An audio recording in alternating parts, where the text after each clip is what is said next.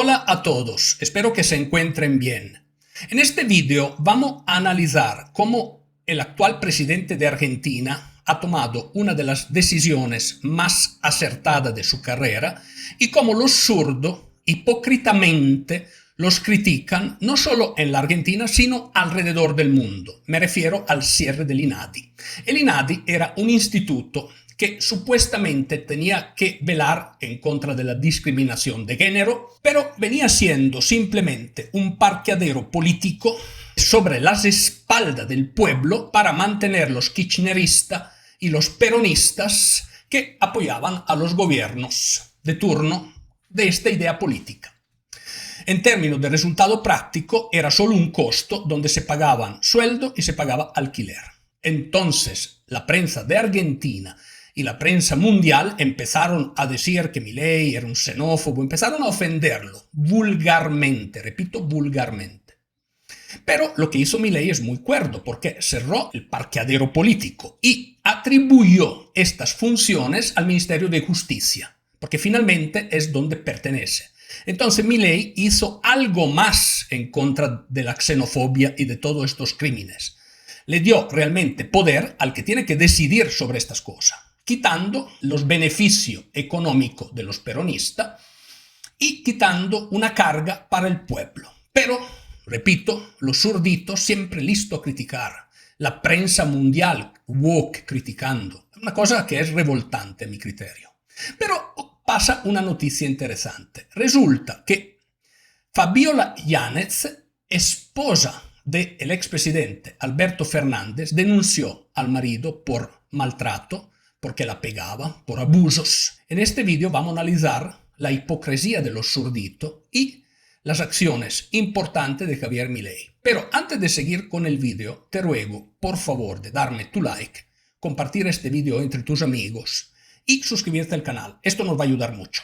Además, por favor, revisa la descripción del video. En ella encontrarás los links para conseguir mis libros. El primero que escribí sobre la inflación, la cruda realidad de la inflación, no lo que te cuentan los políticos. Y el segundo, la torre de Babel europeo, eurodemencia. Cómo Bruselas le roba dinero a los ciudadanos por medio de impuestos exorbitantes, por medio de impuestos confiscatorios, para sostener esta estructura burocrática prácticamente inútil para el bien del pueblo europeo, a mi criterio. Pero vamos adelante con el vídeo. Resulta que Alberto Fernández está indagado por un supuesto escándalo con los seguros. Además, Alberto Fernández, como me parece que era sobreintendente de los seguros, conocía bien el sector y le daba ventajas económicas a un amigo, el cual se hizo multimillonario, pero no sabemos exactamente o no tenemos medido exactamente a cambio de qué.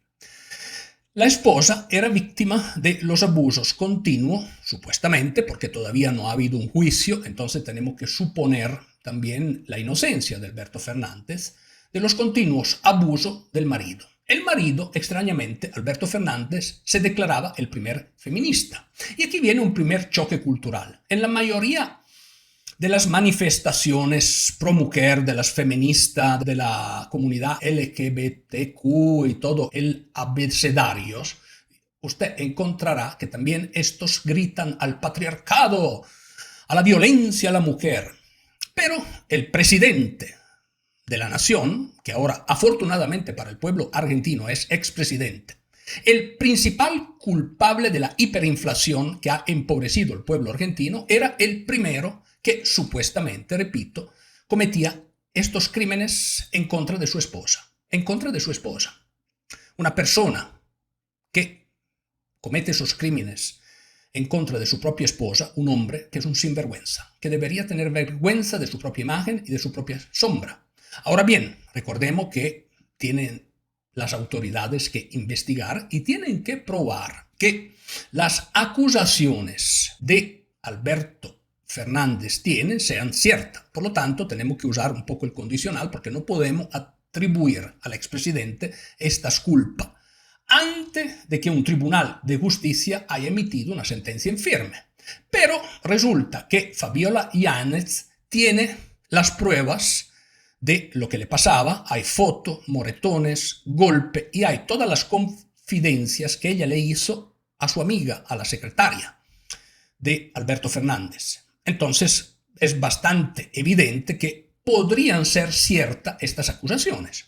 Pero el mundo zurdo critica a Milei por una decisión justa, critica a Milei por una decisión, a mi criterio, correcta, o sea, el haber cerrado ese instituto que era solo un despilfarro de dinero público en las espaldas del pueblo argentino. ¿Y qué dicen del patriarcado ahora? ¿Dónde están las feministas, los grupos transgender, LGBTQ y todo el abecedario en este momento? Una pobre chica, mucho más joven, con menos experiencia obviamente de un señor mayor, que sufría de los golpes y de los abusos de su esposo. ¿A dónde están ahora? ¿Dónde están esas protestas que critican Milei injustamente y se olvidan de sus zurditos, que finalmente también cometen este tipo de crímenes? Ahora bien, no es que estos tipos de crímenes se puedan asociar políticamente a los derechos o los zurdos. Jamás. Esto no puede ser.